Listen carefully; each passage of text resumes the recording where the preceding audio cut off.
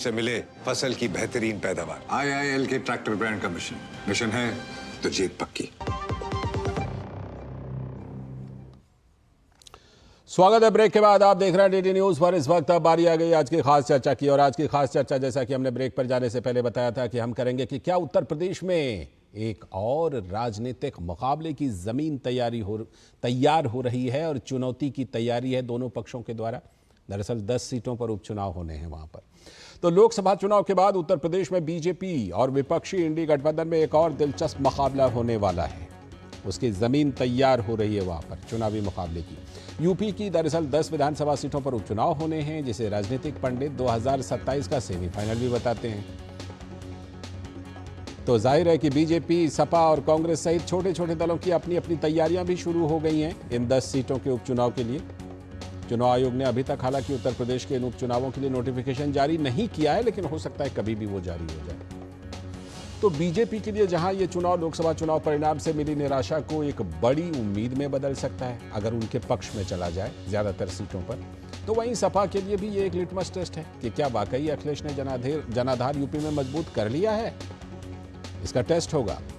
और अगर या भी फिर ये हो सकता है कि क्या तुक्के में मिली जीत से पार्टी बम बम है क्या, अगर इसमें अच्छा प्रदर्शन नहीं होता उनका उम्मीद के मुताबिक। उधर कांग्रेस पार्टी लोकसभा चुनाव परिणाम से इतनी उत्साहित है कि मानो पार्टी की खोई हुई सियासी जमीन ही यूपी में मिल गई हो। उत्तर प्रदेश के मुख्यमंत्री योगी आदित्यनाथ के लिए भी ये मौका है कि प्रदेश में कानून व्यवस्था और सुशासन को लेकर उनकी बनी छवि पर जनता की मुहर होगी अगर बीजेपी के पक्ष में इन 10 सीटों के नतीजे जाते हैं। तो सबसे महत्वपूर्ण बात तो यह है कि सरकार और संगठन को जमीन पर मिलकर बेहतरीन प्रदर्शन का भी मौका यह चुनाव देने वाला है। साबित हो जाएगा कि हाँ, बिल्कुल अच्छा समन्वय है। 10 सीटों पर होने वाले उपचुनाव में सपा और एनडीए के बीच मुकाबला मुख्य रूप से है, लेकिन कांग्रेस पार्टी को भी उम्मीद है कि राहुल गांधी की बढ़ी लोकप्रियता उपचुनाव में कुछ सीटें तो दिला सकती है। प्रदेश की फूलपुर, खैर, गाजियाबाद, मझवा, मीरापुर, मिल्कीपुर, करहल, कटेहरी और कुंदरकी के विधायक इस बार लोकसभा चुनाव जीतकर सांसद बन गए, इसलिए वहां चुनाव होना है। और बात 10वीं सीट की करें तो सीसामऊ में सपा विधायक इरफान सोलंकी की आपराधिक मुकदमे में सदस्यता रद्द हुई तो सीट खाली हो गई और वहां पर भी उपचुनाव होने हैं। इस बीच बीजेपी ने प्रत्याशी चयन की प्रक्रिया शुरू कर दी है। 2 मंत्रियों की टीम 10 विधानसभा क्षेत्रों के नामों की समीक्षा करके रिपोर्ट देगी और उसी आधार पर प्रत्याशी बीजेपी अपना तय करेगी। बात अगर सपा की करें तो अपनी 5 सीट वापस पाने के लिए पूरी जोर आजमाइश कर रही है, क्योंकि 10 में से 5 उसके पास थी पहले, लेकिन अपने पीडीएफ फॉर्मूले को कितना कारगर बना पाई है, इसका टेस्ट होना बाकी है। अगर नतीजा उनके पक्ष में होता है तो लगेगा कि हाँ, वो फॉर्मूला कारगर है। नहीं होता है तो सवाल उठेगा। सवाल तो इंडी गठबंधन के सामने है कि आम आदमी पार्टी ने कांग्रेस के साथ चुनावी गठबंधन करने से अब इनकार कर दिया है। पहले भी बोले थे ना लव मैरिज है और ना अरेंज मैरिज। क्या सपा उत्तर प्रदेश में कांग्रेस के लिए 2 सीट छोड़ेगी, जिसकी मांग कांग्रेस पार्टी कर रही है? ये भी बड़ा सवाल है कांग्रेस के लिए। अगर इंडी गठबंधन की जीत का श्रेय राहुल गांधी को जाता है तो फिर तो उपचुनाव में उनकी भी भूमिका होनी ही चाहिए। उनकी भूमिका को शून्य तो नहीं किया जा सकता कि लोकसभा चुनाव में तो बड़ा क्रेडिट मिला लेकिन उपचुनाव में कुछ नहीं। तो इस मामले में उत्तर प्रदेश के मुख्यमंत्री योगी आदित्यनाथ ने तैयारी को लेकर क्या कुछ कहा, आइए देखते हैं। 2022 का विधानसभा का चुनाव विपक्ष उछल कूद कर रहा था। चुनाव के तत्काल बाद आपने देखा होगा कैसे मारपीट पर उतारू हो गए थे, और तब हर कार्यकर्ता इस बात को सोचता था कि वास्तव में हमारी सरकार का माफिया मुक्त उत्तर प्रदेश का अभियान इन्हीं गुंडों के लिए है, और उस उत्तर प्रदेश को आप सबके सहयोग से आज माफिया मुक्त करने में हमें सफलता प्राप्त हुई। तो आज की खास चर्चा हम इसी पर करने वाले हैं कि उत्तर प्रदेश में जो चुनावी मुकाबले की जमीन बिसात तैयार हो रही है, उसमें किसके सामने किस तरह की चुनौती और मौका भी, दोनों चीजों पर चर्चा करेंगे। हमारे साथ कांग्रेस के प्रवक्ता ईशान त्यागी जी जुड़ चुके हैं। बहुत बहुत स्वागत ईशान। और स्टूडियो में हमारे साथ हमारे सलाहकार संपादक विनोद मिश्र जी तो हैं ही, आगे चलकर भारतीय जनता पार्टी की प्रवक्ता भी हमारे साथ जुड़ने वाली हैं। फिलहाल चर्चा को आगे बढ़ाते हैं, तब तक भारतीय जनता पार्टी की प्रवक्ता को भी जोड़ने की कोशिश करेंगे हम लोग। विनोद जी, जिस तरह से कि ये 10 सीटों के उपचुनाव, देखिए उपचुनाव तो 13 सीटों के अभी बाकी 7 राज्यों में भी हुए, लेकिन यूपी का जो ये 10 सीटों का उपचुनाव है, ये इतना महत्वपूर्ण क्यों? और ये क्या कुछ हमें संकेत देंगे इसके नतीजे जो भी होंगे? लाल जी, जैसा कि आप अपने रिपोर्ट में बता रहे थे, ये एक तरह से एक मिनी असेंबली का इलेक्शन है। मिनी असेंबली इसलिए आप कह सकते हैं कि 2027 के जो असेंबली इलेक्शन होने हैं उससे पहले का आप ये कह सकते हैं कि एक सेमीफाइनल है। और इस सेमीफाइनल में ये सबके सामने में एक बड़ा टेस्ट है और सबके लिए मौका भी है जी। टेस्ट के साथ मौका अब ये देखिए कि लोकसभा चुनाव के परिणाम में जो बीजेपी को थोड़ी सी निराशा जो हुई है, उसमें बीजेपी के लिए ये बड़ा मौका है कि ये 10 सीट में जो अपने सहयोगियों के साथ में 5 सीट है, उसके एक तरह से फिर से रिटेन करने के साथ साथ अगर वो सीट अपनी बढ़ाते हैं तो माना जाएगा कि बीजेपी का अपनी जो जनाधार है उत्तर प्रदेश में वो कहीं नहीं गई है और 2027 के लिए बीजेपी की तैयारी की एक झांकी जरूर मिल जाएगी। इंडिया गठबंधन में आप ये देखिए कि वो पूरी की तरह गठबंधन ने जो एक तरह से ये बनाया है कि हमने बीजेपी के उन सारे अभियान और बीजेपी के जो इंजीनियरिंग था, सोशल इंजीनियरिंग, उसको एक तरह से हमने ध्वस्त किया है।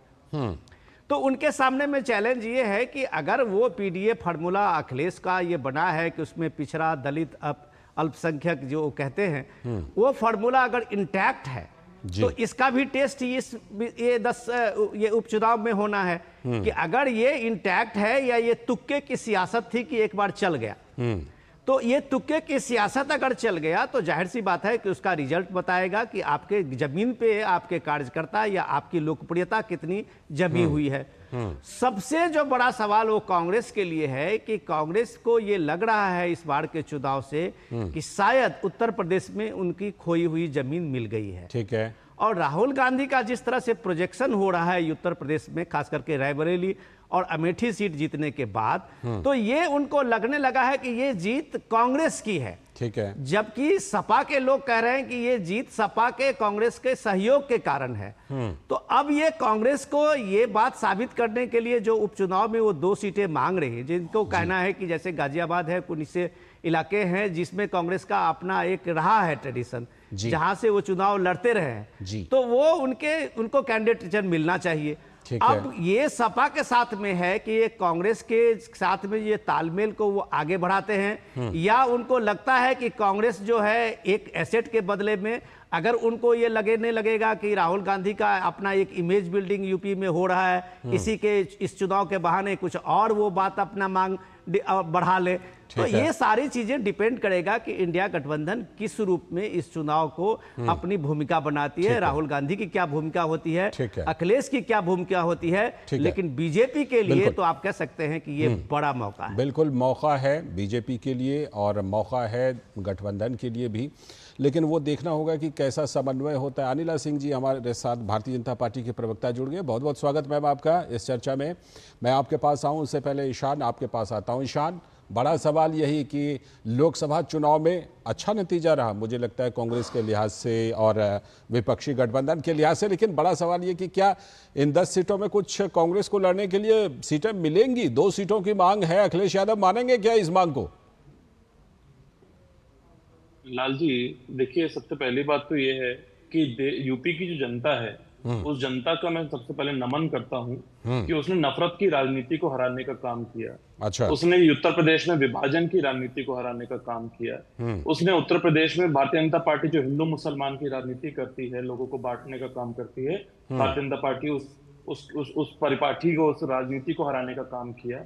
उन्होंने बढ़ती हुई महंगाई के खिलाफ वोट डाला, उन्होंने बढ़ती हुई बेरोजगारी के खिलाफ वोट डाला, किसानों को जिस तरह से प्रताड़ित किया गया उत्तर प्रदेश में हमने देखा है, उनको उचित दाम नहीं मिलता है, उसके खिलाफ वोट किया।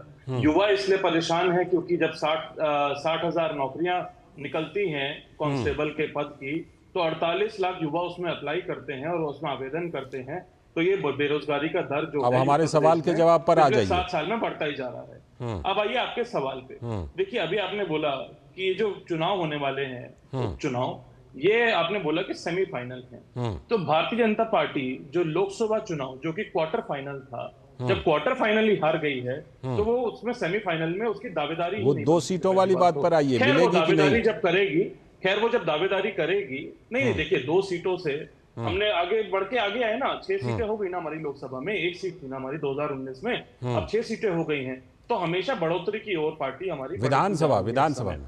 हाँ, मैं विधानसभा में 2 सीटें हैं, मैं मानता हूँ उस बात को, तो हमने वहां से इस बार फिर 2 लड़ने के लिए मिलेगी कि नहीं मिलेगी, या अखिलेश यादव कहेंगे नहीं 10 हम ही लड़ेंगे? नहीं देखिए, ये संगठन बना है, इंडिया गठबंधन जो हमारा बना है, ये उसका निर्णय है, पहली बात तो। ठीक है। और अभी आपने बोला इस तरह से एक फूट दिखाने की कोशिश हमारे बीच में की जा रही है भारतीय जनता पार्टी और कुछ उनके साथियों द्वारा। नहीं, आप एकदम बिल्कुल इंटैक्ट रहिए। नहीं, मैं वही बोल रहा हूँ। आप एक फूट दिखाने की कोशिश इस तरह से की जा रही है, ऐसा प्रोजेक्ट किया जा रहा है कि जो कांग्रेस को जो वोट मिली है वो समाजवादी पार्टी की वजह से मिली है। ऐसा कुछ नहीं है। जब आप गठबंधन में चुनाव लड़ते हैं तो आपके दोनों ही पार्टियों के कार्यकर्ता, और जब गठबंधन नहीं था तो कैसा हुआ था ये भी हमें याद है। ठीक है, कोई बात नहीं, जब गठबंधन नहीं था, जब अब लोगों ने हमें पसंद किया हमारी जोड़ी को, तो हम लौटता हूँ आपके पास, लौटता हूँ। अनिला सिंह जी, भारतीय जनता पार्टी के लिए एक मौका तो है, लेकिन यहां पर भी कुछ लेकिन है। लेकिन ये है कि कल मुख्यमंत्री के बयान और उप मुख्यमंत्री के बयान को लेकर बड़ी चर्चा रही, सोशल मीडिया पर भी काफ़ी चर्चा रही कि देखिए दोनों के जो बयान है ना, वो 2 अलग अलग धारा में हैं। क्या ये जो 10 सीटों के उपचुनाव होने हैं, इसमें आप एक अच्छा समन्वय, सरकार और संगठन के बीच अच्छा समन्वय दिखाने का आपके पास मौका है, और क्या भारतीय जनता पार्टी इसकी तैयारी कर रही है?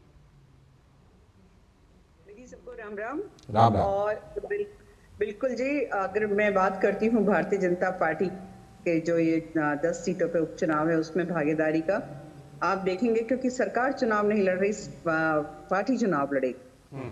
ठीक है, तो पार्टी का एक एक कार्यकर्ता, और कार्यकर्ता के रूप में चाहे वो मुख्यमंत्री हो, चाहे वो उप मुख्यमंत्री हो, मंत्री हो, कोई भी हो, वो भारतीय जनता पार्टी को जिताने के लिए पूरा दमखम से लगेंगे, इसमें कोई दो राय नहीं। ओवर कॉन्फिडेंट जो कांग्रेस पार्टी है, ओवर कॉन्फिडेंट जो अखिलेश यादव जी हैं, उनको आईना दिखाने का काम जो ये उपचुनाव है वो करेगा। कारण होंगे, मैं ये नहीं कहती हूँ कि कारण नहीं है, कारण बिल्कुल होंगे जिसकी वजह से हमारी सीटें कम आई। परंतु अगर कोई किसी के कंधे पर बैठकर खुश होकर ये कह रहा है कि नहीं इसमें तो हमारी भी भागीदारी है, तो उनको अपना गिरेबान में दोबारा झांक लेना चाहिए कि जब आप अकेले चुनाव लड़े थे तो कांग्रेस का वोट परसेंटेज कितना था। उत्तर प्रदेश में कांग्रेस बिना समाजवादी पार्टी के कुछ भी नहीं है, उनका अस्तित्व भी कुछ भी नहीं है। ये अखिलेश यादव जी की वजह से अपनी सीटें ला पा रहे हैं, पर फिर भी मैं कहूंगी एक अलायंस से, अलाइड पार्टनर्स की तरह इन्होंने काम किया है और इन्होंने सीटें जीती है। और वोट डालने वाले हमारे उत्तर प्रदेश के जिम्मेवार नागरिक हैं, तो मैं उसके ऊपर कोई प्रश्न चिन्ह नहीं लगाऊंगी। पर मैं इतना कह सकती हूँ अपनी पार्टी के विषय में, मैं कह सकती हूँ कि बिल्कुल ये 10 की 10 सीटें जो हैं ये भारतीय जनता पार्टी की झोली में आई। ठीक है, आपके पास मौका है और मुझे लगता है कि ये देखना बाकी है, अभी आपको भी साबित करना बाकी है अनिला जी, इसलिए क्योंकि हाल में लोकसभा चुनाव में वो समन्वय में कहीं ना कहीं कमी तो दिखाई पड़ी है। विनोद जी, जिस तरह से आ रहा हूँ, ईशान आ रहा हूँ आपके पास। विनोद जी, जिस तरह से कि अभी ये सवाल का, हालांकि ईशान ने सीधा जवाब नहीं दिया कि 2 सीटों पर मौका मिलेगा कि नहीं मिलेगा कांग्रेस को, लेकिन बात ये है कि क्या कांग्रेस, जैसे हमने अभी बात की ना, अनिला जी की पार्टी के लिए चुनौती है कि सरकार और संगठन में आप समन्वय बना के दिखाइए। ठीक उसी तरह से आप दूसरे पक्ष की अगर बात करें तो वही चुनौती विपक्षी गठबंधन के बीच में है कि सबसे पहले सीटों का बंटवारा करें। कांग्रेस अगर 2 सीटों को मांग रही है तो उस पर एक सहमति बने, और भी घटक उनके जो हैं उनको भी वो सीट दें। इस तरह की उनके सामने भी एक बड़ी चुनौती है, क्योंकि सबका आत्मविश्वास बिल्कुल चरम पर है इस समय। लाल जी, मैं आपके सवाल को जवाब देने से पहले मैं आग्रह करूंगा कि अभी ईशान जी ने नफरत की सियासत की बात की थी, और वो एक तरह से बात करते हुए जो कह रहे थे कि कैसे वहाँ पे यूपी में लोगों ने आईना दिखाया। इनके नफरत की सियासत का जवाब मेरे पास में है, अगर आप कहें तो आप जरा वो तौकीर रजा का वो बाइट सुना दीजिए। ठीक है, तो हम आप ऐसा करते हैं कि तौकीर रजा ने जो धर्म परिवर्तन को यस, लेकर बोला वो बाइट सुना दीजिए और तब यूपी की सियासत में हम ईशान साहब से कुछ सवाल पूछ लेंगे। ठीक है, पहले फिर वही बाइट ही सुन लेते हैं। इत्तेहाद मिल्लत काउंसिल यानी IEMC के प्रमुख मौलाना तौकीर रजा खान ने धर्म परिवर्तन के मामले पर क्या कुछ कहा, उनके बयान को सुन लीजिए और उसके बाद फिर हम चर्चा करेंगे कि किस तरह की राजनीति होती है।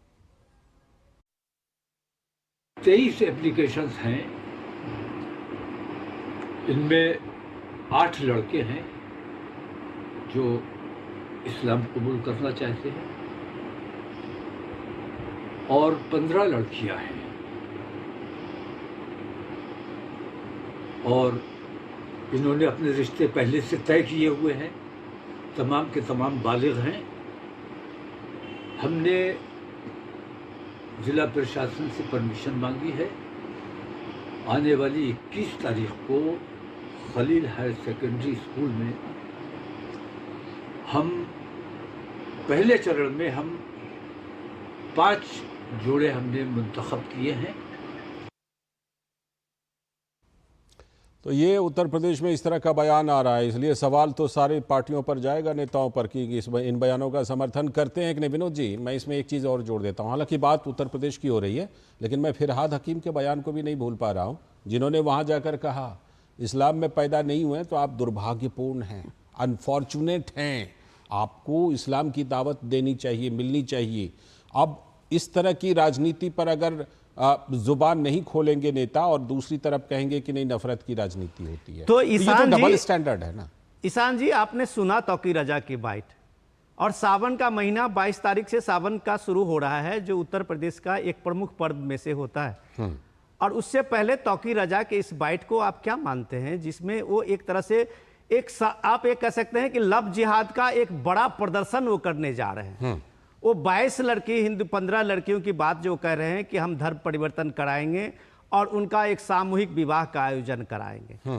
ये उत्तर प्रदेश की सियासत है, जिसके बारे में कांग्रेस पार्टी या किसी भी सपा की तरफ से एक शब्द नहीं आया है। तो अगर आप ये कम्युनल राजनीति करके जो आप एक तरह से माहौल बनाते हैं, पोलराइज करने की कोशिश करते हैं और पलट के जवाब बीजेपी पे डालते हैं कि नफरत की सियासत का जवाब लोगों ने दिया है। अगर ये नफरत की सियासत है तो फिर ये कौन सी सियासत है जो एक खुलेआम आप लव जिहाद की बात करके और उसको एक प्रमोशन का एक बड़ा सा ये बनाने की कोशिश करते हैं और एडमिनिस्ट्रेशन से उसके परमिशन लेने की बात करते हैं। तो तौकीर रजा के बात करने में, तौकीर रजा के बारे बोलने में वो संविधान खतरे में और वो लोकतंत्र खतरे में कहाँ चला जाता है?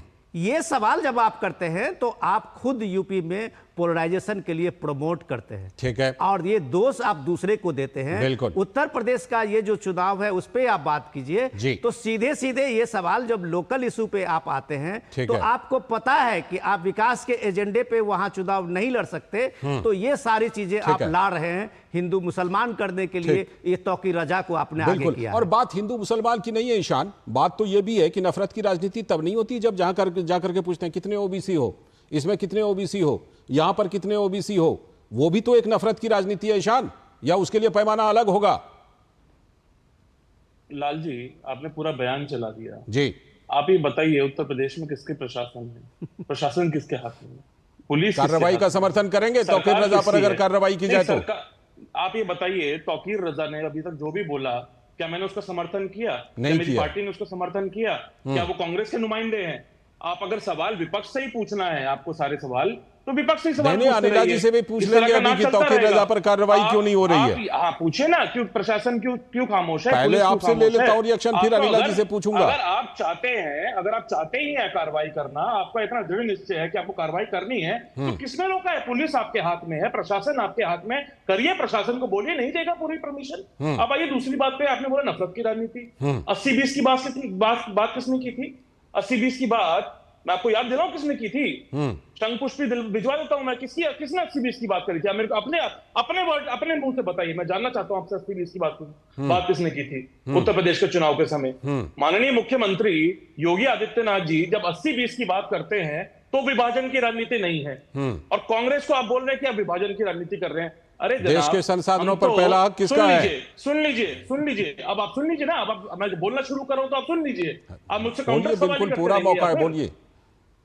हमारे नेता आदरणीय राहुल गांधी जी जब से यात्रा भारत जोड़ो यात्रा, भारत जोड़ो न्याय यात्रा उत्तर प्रदेश में 4 दिन रही भारत जोड़ो न्याय यात्रा, हमने सिर्फ गरीबी पे सवाल उठाए, हमने बेरोजगारी के सवाल उठाए, हमने महंगाई के सवाल उठाए, हमने बढ़ते हुए, मैं आपको बता रहा हूं, उसी पे आ रहा हूं। आप राहुल गांधी ने सबको पूछा कितने ओबीसी किसमें हो? बिल्कुल बिल्कुल, आपकी कितनी हिस्सेदारी है? हिस्सेदारी तो तय करनी पड़ेगी ना। भारतीय जनता पार्टी जो बिल्कुल भी ये नहीं करवाना चाहती कि जातिगत जनगणना नहीं करवाना चाहती, तो जातियों की कितनी हिस्सेदारी है, उस हिस्सेदारी के हिसाब से उनका कितना हक बनता है, ये तो तय होना चाहिए ना।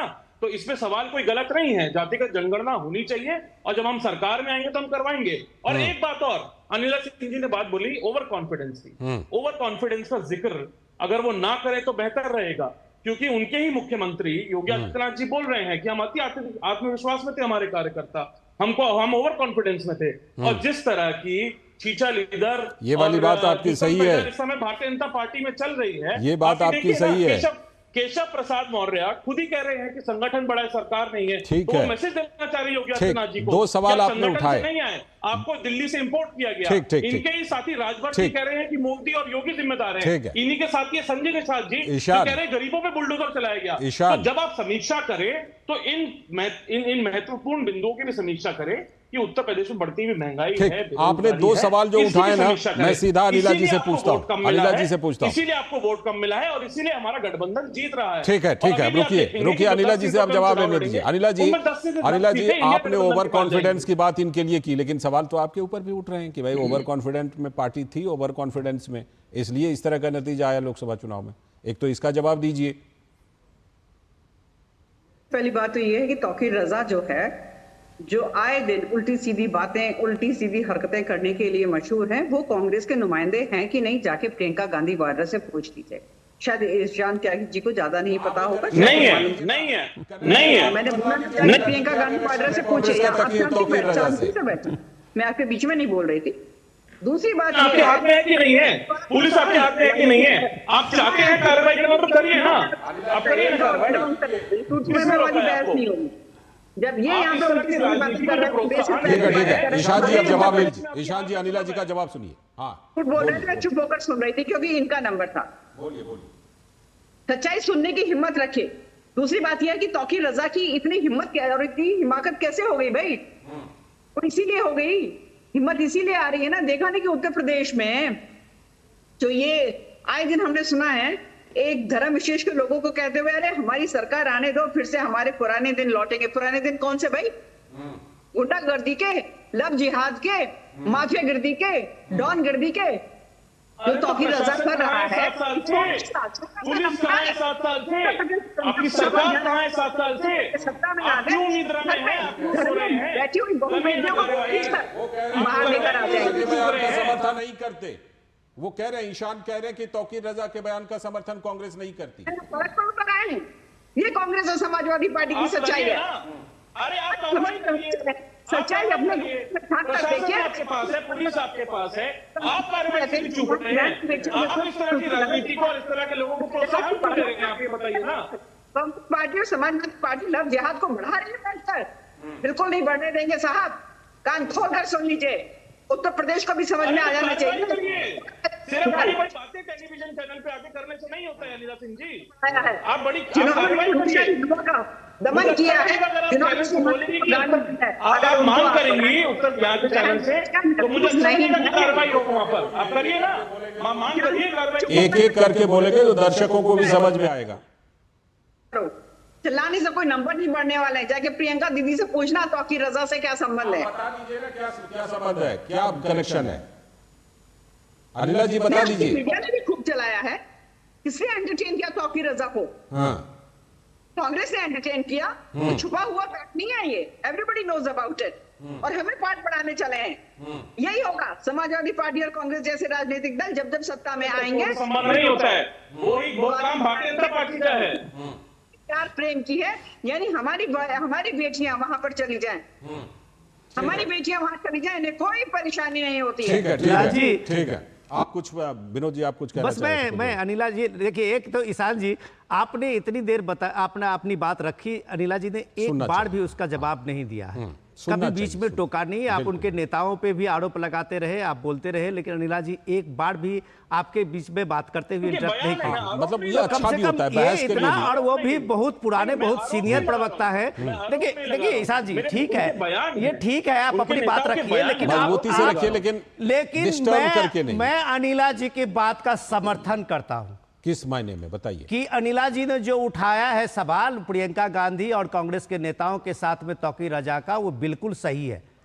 जब तौकीर रजा सपा के साथ में वो एक्सप्लॉइट करते हैं पार्टियों को, कभी वो सपा के साथ होते हैं, कभी वो कांग्रेस पार्टी के साथ होते हैं, तो ये जो वोट बैंक पॉलिटिक्स है वो एक्सपोज कर रही है। अनिला जी साफ बता रही है कि कहाँ है आज कांग्रेस के आज साथ? पूरी बताइए ना। लड़ाई उत्तर प्रदेश कहाँ है में इसी कांग्रेस के वोट साथ? बैंक को लेके नहीं, कहाँ है। कांग्रेस? ये देखिए, इंडिया विनोद गठबंधन जी, जो आप है तो वो बोल के इसी निकल वोट जाएंगे। बैंक के लिए विनोद है। जी, आप तो आप ये चैनल पे मानिए बोल के ना निकल मानिए जाएंगे। कि ये लाखों तौकीर दर्शक राजा आपको सुन रहे जैसे होंगे। लोगों का तो आप वोट झूठ बैंक मत जो बोलिए है चैनल पे कम से उसी कम। के लिए ये गठबंधन है। और तो फिर- इसी गठबंधन पे विनोद जी, दावा तब यहाँ कभी से राहुल सवाल गांधी ये कर- उठता है, तब ये सवाल उठता है कि फिर कौन सी नफरत की राजनीति? फिर कौन सी ईशान बात नफरत है। की राजनीति मैं करते हैं, वही ये पूछ रहा हूं, हमारा फिर कौन सी पॉइंट नफरत की है कि राजनीति? आज आपको खुल के बोलना चाहिए कि तौकीर राजा इस तरह के बयान दे रहे हैं, हाँ। तो कांग्रेस पार्टी से, सपा से इसकी निंदा होनी चाहिए। हाँ। आप दिखाइए एक ट्वीट, आपके पार्टी के तरफ से ये बताया गया हो कि तौकीर राजा गलत कर रहे हैं, ईशान, समाज में विद्वेष ईशान फैला रहे हैं। जल्दी से छोटा सा काउंटर ईशान। विनोद जी, आपने पूरी बात बोल ली अपनी। आप तो चैनल पे से बोल के निकल जाएंगे और लाखों दर्शक आपको सुनते रहेंगे,